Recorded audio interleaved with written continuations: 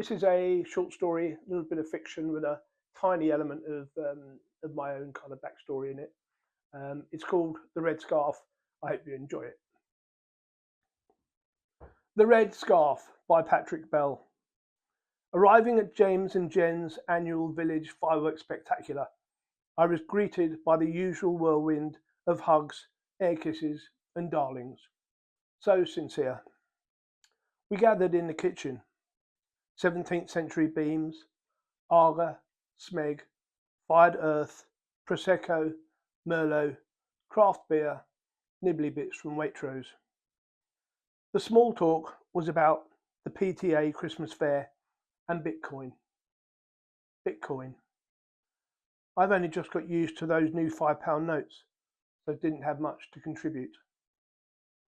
Eventually James and Russ came in from the garden, dazzling everyone with head torches as bright as their Range Rover's headlights, as they enthusiastically proclaimed that the fireworks were all set up and ready for blast off. We all started to wrap up warm. Barber, North Face, Rab, Hunters, Le Chameau.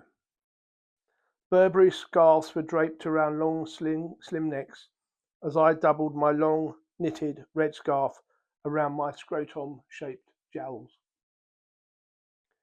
By the time I joined the group on the terrace, Jacintha, Jemima and Bertie had already been issued with sparklers by their parents, each of whom was poised attentively, clasping buckets of water, ready to deploy at the merest hint of risk. Rob B was the first to take the mick. What on earth are you wearing? Rob Mac joined in the banter. You look like some kind of decrepit old granny with dementia. Where are your comfy fur slippers to match? Immediately, unexpectedly, from nowhere, I disintegrated.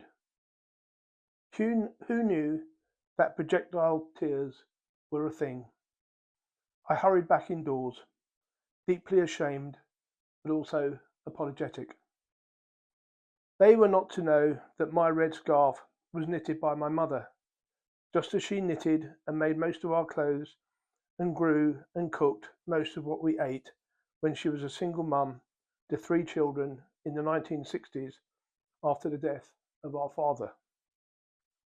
They were not to know that the red scarf was the only possession of hers that I still clung to and only wore on special occasions, nor that she had worn it to keep the chills away when I wheeled her into the garden of her care home to feel the sunlight on her face those last few times before she died over 40 years ago, following a battle with dementia.